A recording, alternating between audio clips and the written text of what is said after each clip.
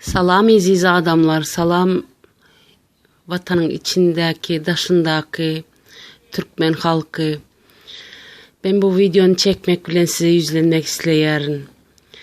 Adamlar, vatandaşlar, haiş sizden, korkmayın hiç zattan. Ayağa kalkma zamanı geldi.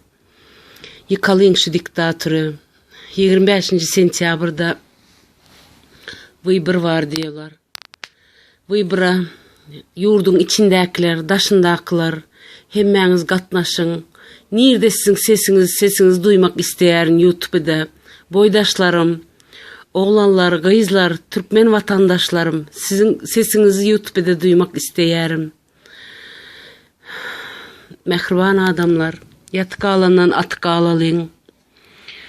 Bu haramzadalar şimdi bizden, Türkmen halkından korkmaya başladı. Çıkıptır saçını sıyırıp ondan veri olup. Haram ola. Yurda kara sen. Saçını sıyırıp otpuska giden olup, balık tutan olup. Kime gerek senin balığın? Kime gerek senin moda girip o modadan bu moda geçip yüreğinin? Haramzada senin sonun geldi. Kendin kan dökülmeden taşlap git şu kürsüne. Yeter artık ya. Hiç mi insap yok sende? Hiç mi insap yok sende? Allah senin cezanı versin. Aziz adamlar, haiş sizden korkmayın. Çıkış edelim. Çıkış edelim. Ayağa kalkalım. Yeter artık. Nedir bu çektiğimiz ya?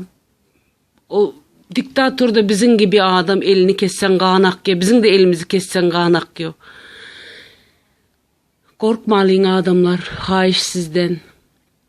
Çıkış edelim. Yıkalayın şu diktatörü. Hemen sağman oturun. Sağlıkta görüşelim aziz adamlar.